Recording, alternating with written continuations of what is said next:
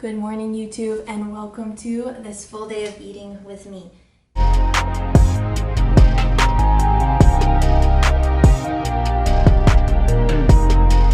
Yep, this pimple is overtaking this whole cheek. Let's just not talk about it. All natural here, baby. Keep in mind, I am not a registered dietitian, and I do not track calories or macros or anything like that. I am an intuitive eater. Because of my history with disordered eating, I find all those things a little bit triggering. No offense to anybody who does. So if you eat like me, then I hope you find this helpful. And if you do track, then I hope you find some meal inspo. We just got a Sous Vide, which is a great and healthy alternative to put flavor into food. And I'll show you a little bit about how that works later in the day, specifically for dinner. If you're not following me on YouTube, then like and subscribe. I'd love to have you here so you don't miss any more videos. Trying to post on a weekly basis, so hold me accountable to that.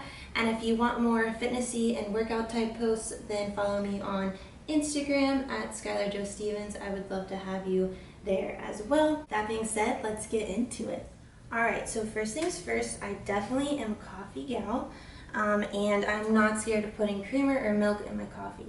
If you like your coffee black, I just can't relate, but that's great for you if you do like that.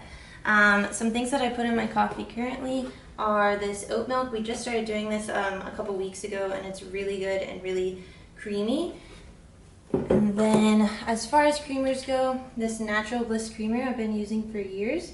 And then we just started using this oatmeal cream pie, just like a splash. It really tastes just like an oatmeal cookie. So if you like that, highly recommend. We also just got a new Keurig machine, which I really liked before. I was drinking espresso, but I found like it was a little bit too much and kind of elevated anxiety and kind of like gastrointestinal issues.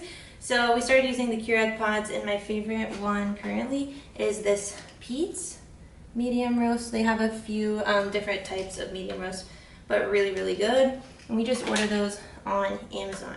If someone tells you that you can't use creamer in your coffee for nutritional reasons, I challenge you to challenge them, because you can. If you enjoy it and you find that it makes you feel good, then put the cream in the coffee. If it's something you enjoy and something you want to have every morning, I promise it's not going to ruin any kind of progress that they might tell you it will. I've been using it for years and I am perfectly fine. So if you enjoy it, then please have the creamer. Alright guys, so it's time for my first meal of the day. I just did a little chest and tries workout, and I'll probably post that soon on my Instagram. But I need a little refuel. Lately I've been really into wraps that are super simple. They normally have some type of protein like turkey, ham, or if I have chicken already prepped, some type of cheese, because thank goodness I'm not dairy intolerant and I absolutely love cheese. And then lots of veggies, and usually a drizzle or a sauce or dressing of some sort. So I'll show you what I'm putting in today's. I usually start with one of these wraps. They're really good if you heat them up on either side in a pan. And then today I have boar's head turkey, and then just shredded Mexican style cheese. But I also really like spicy things, so pepper jack is really good in these wraps. And then today for veggies, we have just spring mix, or you can use like romaine if you have it, and I like to chop up a tomato. Really yummy. Sometimes I also make sous vide cucumbers, and those are really easy and really delicious. They're up on my Instagram if you're interested in that recipe. And then we just got this from the La Hacienda here in Puerto Rico. It's like a balsamic glaze, really good drizzled over tomatoes with maybe mozzarella for like a bruschetta vibe. If you have bread that you want to dip in it, really good. But this is also really, really good on the wrap. So that's what we've been doing lately. I've been kind of obsessed with it and eating it like almost every day this past week, but I'll show you the finished product when I'm done.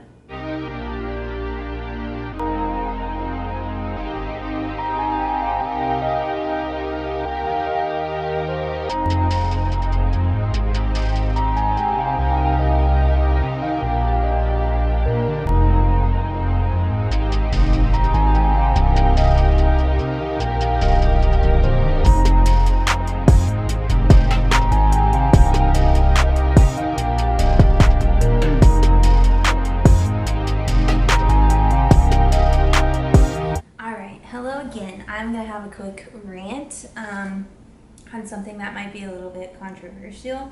For snacks, I love chips. If anyone that knows me knows that I absolutely love a crunchy chip. And I'm going to show you a few of my favorites, but before I say that, diet culture will tell you that you can't have chips, and you know, people who maybe are in the health and wellness industry might say, oh, chips aren't healthy, but in reality, who really dictates what's healthy or not? If it's making you happy, if it makes you feel good, then why not have some chips? Of course, don't sit down and eat the whole bag, you know, every day. There's balance and moderation in everything, but if you want to have a small bowl of chips, or maybe even 2 a day, it's not going to ruin your progress.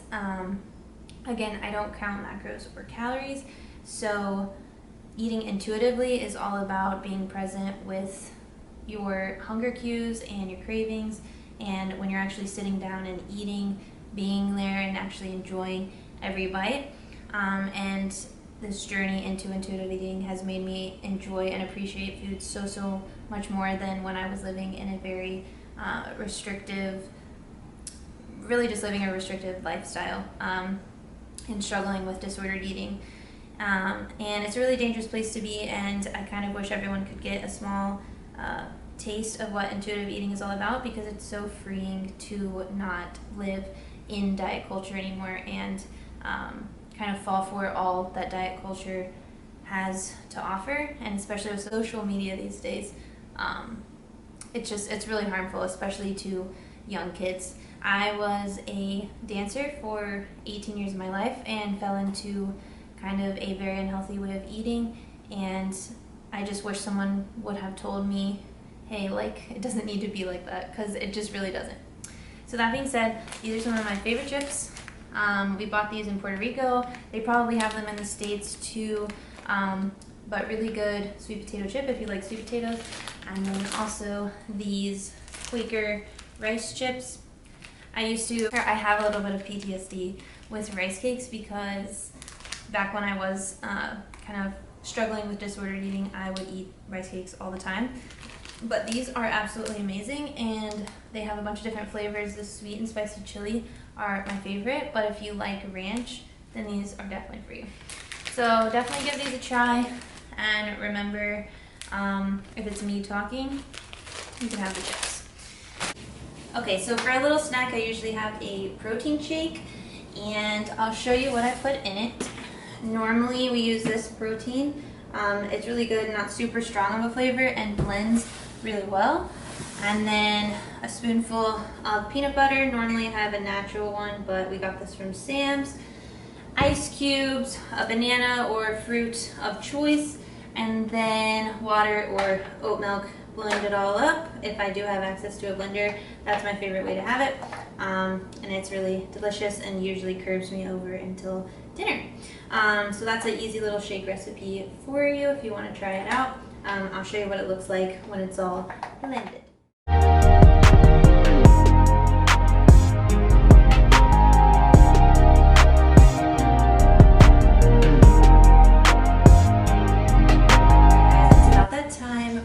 To prepare dinner, and I just wanted to read you, after doing a quick Google search, what a sous vide is, because that's how we prepped almost all of our dinner tonight.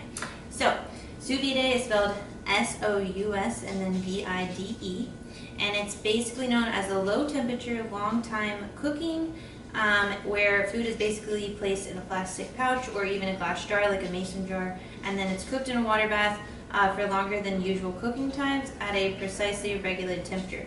So basically that allows for the food to be a little more tender, a little more marinated, and all the flavors kind of come together really nicely. So I'll show you what we made tonight and what we put in it, but we actually prepped it 2 days ago, and we usually just prep all our meals like that on one day, and then we can just put it in the fridge and then cook it in the sous vide the night that we're gonna have it. So super cool, and actually cuts down on a lot of time. Usually takes about like an hour or 2 just to prep everything, but once that's done, it makes it really easy for the week. Okay, so the first sous vide thing that I wanted to show you were these maple or honey glazed carrots. We did honey, a little bit of butter, salt and pepper, and then we used a little bit of cayenne pepper because we really like spice. And then you vacuum seal it in this bag, as you can see, and then we cook them over the heat that the recipe said in the sous vide, and then we'll just pan fry them so they get nice and crispy. This is our first time making these. I will let you know how they turn out, but so far they smell and they look delicious. Okay. And then the second thing that we decided to sous vide were these pork chops, and I'm going to read you the recipe. I know it doesn't look very appetizing at the moment, but they're called honey garlic sous vide pork chops. All that we put in them was honey, minced garlic, soy sauce, and white vinegar. And then we did it for 3 hours in the sous vide, and we'll heat them up again tonight because they've been in the fridge for a few days. And then we're gonna pan fry them just like the carrots, and then we'll probably serve both of those over either some type of noodle or rice. I will let you know and show you the finished product. If you're curious, this is what a sous vide looks like.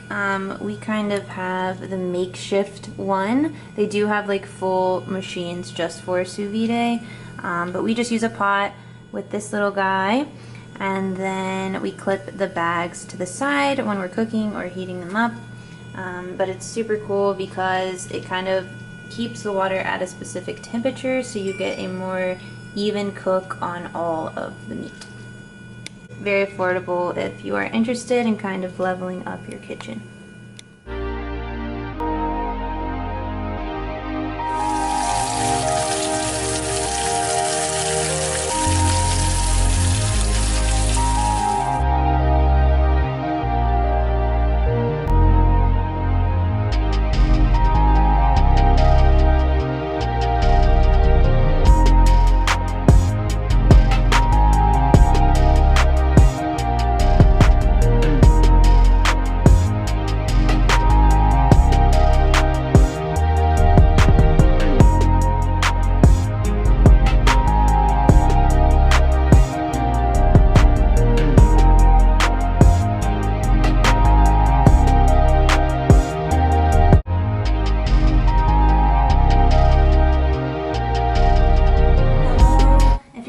You have reached the end of my first full day of eating. If you liked it, then please give a thumbs up down below, and don't forget to subscribe. I'm sure I will have more full day of eating videos in the near future, and I wouldn't want you to miss them.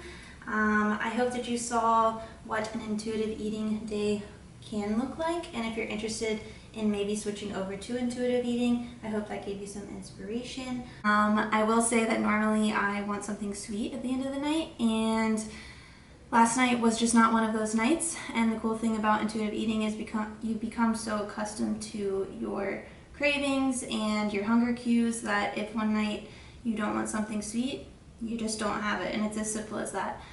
Because you're not living in any kind of restriction kind of mindset, you don't really push sweets if you don't want sweets, or you don't push an extra meal if you don't want it. Some days I'm way hungry and I'll have like 2 more meals, and some days I'll eat even less. It just kind of depends on the day, and if I exercised or not. Again, I hope you enjoyed, and I will see you in the next one.